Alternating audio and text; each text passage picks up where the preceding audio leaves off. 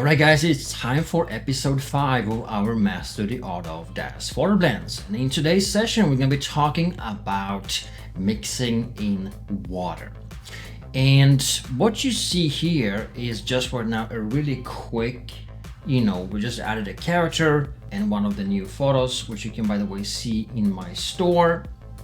And just a quick reminder, the store is the final 24 hours of the sale, and we just added a bunch of incredible LA inspired, luxury infinity pool backgrounds and also video backgrounds. There's a bunch of them in the store right now. Just go ahead and check that out during my3dstore.com.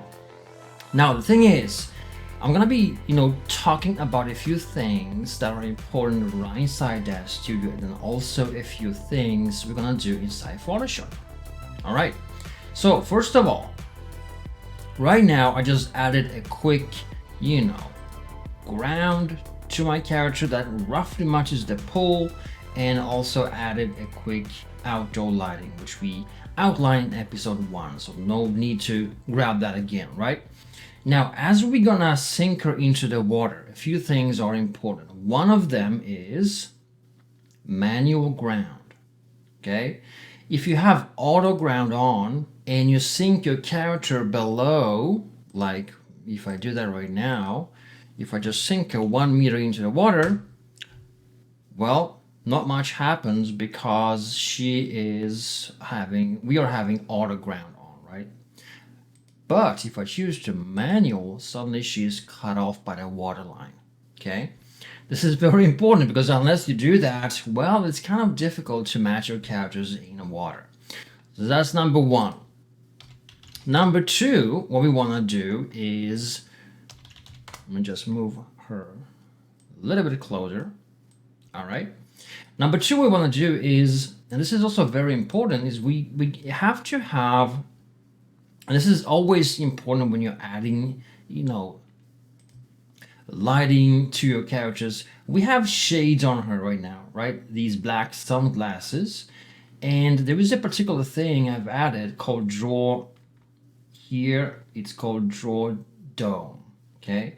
If that is turned off, we will not see the same eye reflections going on.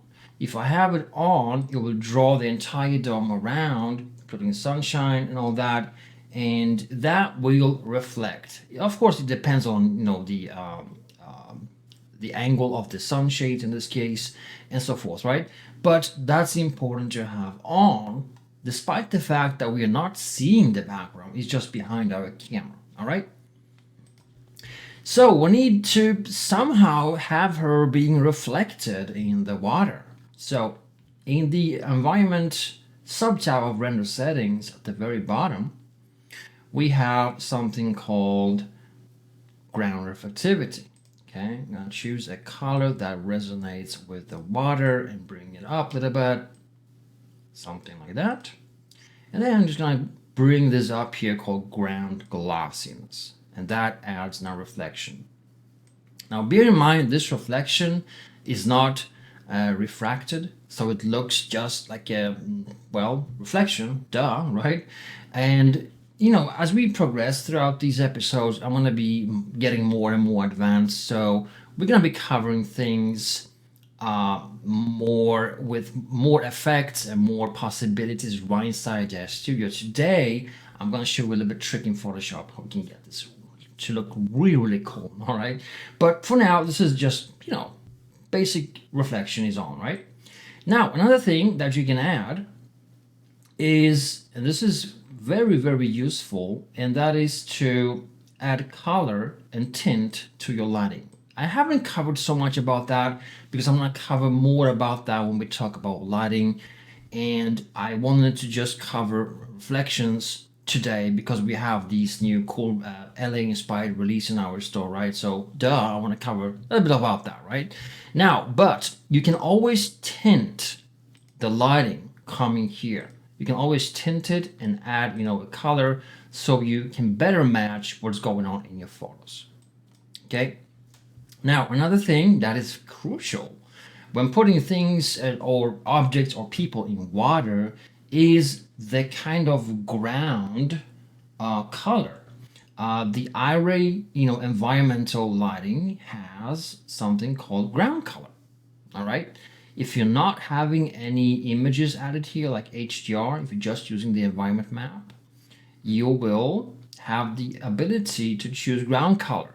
And that is something you want to match to what's going on immediately in the vicinity of your character. In this case, we want to kind of go with something like that, right? And what that adds, as you can see, is kind of like a fake water, bounce effect. It's like the sunshine is hitting the water surface and bounces right up in her face. And this will change. This will change depending on where you have your character. If she's in the water, well, that's a perfect, spot to have a little bit of blue. But if you're having her here on the side of the pool, on the actual ground, then that's a different color. It's more like brown, soft, bright brown color, right? So pay attention to where you're putting your characters. Now, we're going to talk about something that often lacks in water images and water renders, and that is to have the water, especially when you mix with photos, is to have the water semi-transparent. Why? Because water ain't 100% opaque. It kind of lets a little bit, through. So depending on what kind of water it is, how tidy or pure it is, you will see below the surface. So you're not only going to see the reflection, but you will most likely also see a little bit of that. Her body, that the part that's underneath the water, you're going to see that, right? So because we have manual ground position, it kind of presents itself with kind of like a challenge for us right now. Because I cannot render both, right? In DAZ, when we are using this particular approach, I'm going to show you more advanced stuff later on, but when using backdrops like we are using here, it's a little bit difficult to get that see-through. So we're going to fake it. All right, we're going to do one render that looks like this, and then we're going to do another render that looks like this, right? When we just render her out entirely, like she's not underneath the water. That's when we can, catch her, the underlaying part of her body that's underneath the surface of the water. Now, when we have these two rendered, we're going to go into Photoshop. So I've already done that. So let's go into Photoshop. We're just going to stop the render here. And here we are inside Photoshop, and we have two of these renders now loaded. This one here with the reflection and her body being cut off by the waterline, and this one without. All right. And we're going to put this one here on top. So I'm going to select this one, hit Control A on the keyboard, Control C to copy, and then click here and use Control V. So Control A selects all, Control C copies, and Control V paste, and use Command instead of Control on the Mac. Now, having that on the top layer, I'm gonna click down here and add a layer mask. All right, that creates this white thing here. I'm gonna choose black and white. If you don't have black and white, click here. So you generate black and white, and then you can switch it so you get black selected, right? Then I'm gonna click here and hold down the left mouse button, select the brush tool. Then I'm gonna select a size that is maybe something like this, around 70, and opacity 22. In this case, it's just 22, but I think around 20 is pretty good. So what we want here is to draw, okay, and let the other layer shine through. See what I'm doing here? I'm getting it to shine through. So her actual body, that is not the reflection, but her actual body now starts to shine through. And you can, with this, decide now how much do you see, right? Do you let her, body be more visible or less visible? It's up to you how you want to, play that, right? So that is that. Now, a problem that presents itself, and by the way, if you want to go back, choose white, and you can even select 10% opacity. opacity and just, work your way and just select exactly how much you want to shine here, right? Very cool. Now, a problem with water is that right now we have a perfect mirror reflection and perfect see-through underneath water effect, and water doesn't behave like that, right? Water has something called refraction. So what water will do is bend a little bit what you see underneath it, right? And so what I'm gonna do is merge these two layers by going to flatten image. It's outside the screen. And now what I'm gonna do is use a tool.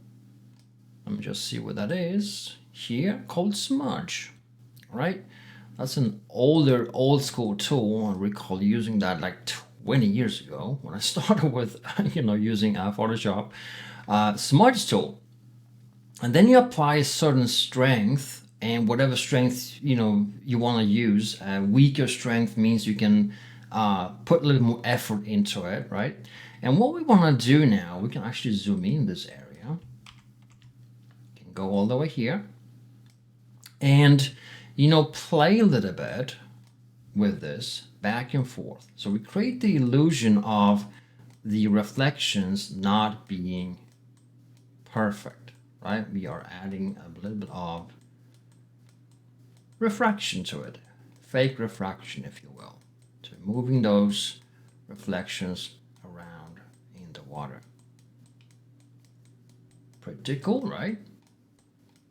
This is extremely useful when you're adding, things to water. And you can change the brush size.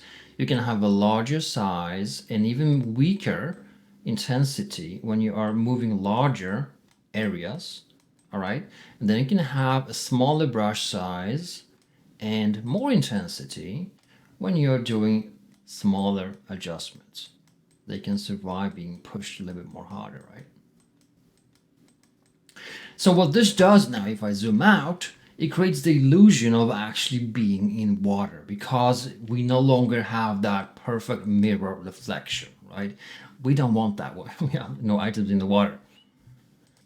And so guys, that is it for, mixing with water. And I'm gonna do a specific full episode, like I said, about lighting. I wanted to do lighting today, but I think reflection was more important because lighting is more than what we just covered, right? We can have extra lights, and I'm going to do a specific video about that. 3 ways of using extra lights on top of what we've been covering so far. And also, of course, we're going to be doing a specific section, an episode entirely devoted to Photoshop because there is a lot more than what we just covered here. And one such thing that you can always think of is how well does your render, in this case the girl, how well does it match what's going on in the rest of the image? There's a lot of stuff to think about. I'm not going to cover that right now. I'm just going to do a quick intro to something really cool.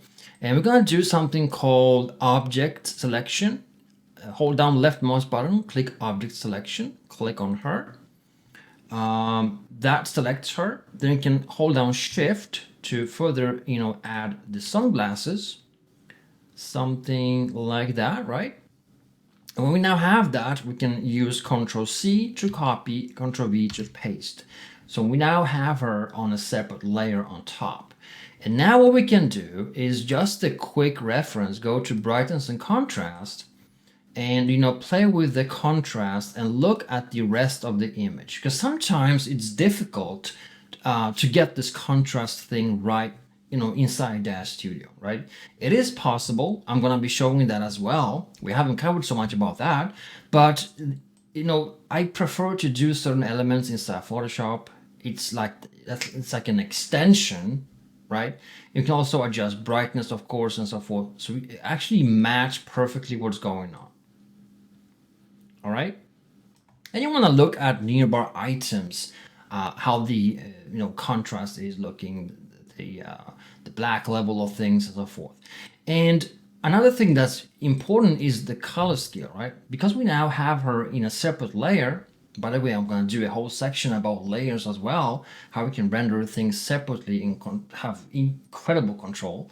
But that's a topic for another video. See, I'm getting crazy here, guys. I have so much to talk about. Okay, now back here, adjustments and curves. One way of adding color is playing with curves, right? This is one of my favorite ways of doing that, because you can just go ahead and say, well, I want this to be a little bit more orangish, so you can grab the blue part and lower it. That immediately becomes more, well, greenish, almost, right? But if you lower this a little bit, and then you go for the green and lower that half of it, you actually get orangish tint that may or may not better match what's going on in your image. Again, you have to pay attention to where your character is. Just because we have yellowish tint here doesn't mean we need to have as much over here, because she's in the water, right? So we need to think about that as well. Now, another way of controlling lighting, the color just real quick, is go into filter, camera raw, and just, adding a little bit more temperature, warmth here. And that's it. So basically, guys, that is it for today's video. As you can see, you can do a lot of fun stuff and you have a lot of control. And this is what I like about, taking that extra step and moving into Photoshop, because it's a whole new level, opens up when you enter Photoshop. You can just continue refine things pretty much live on the go, right? So guys, that's it for this video. Again, don't forget to check out the store. It's the final 24 hours of the sale. We have a ton of cool, LA inspired backdrops and video backgrounds for the studio, or your, or for Photoshop or for your video project. So go ahead, check that out. And I'm planning on doing, like I said, an extra video tomorrow with theme lighting. So we're gonna be doing specific lighting things inside DAZ Studio and getting more advanced as we progress. Guys, always a pleasure. Thanks so much for watching. Have fun with your renders and see you soon again.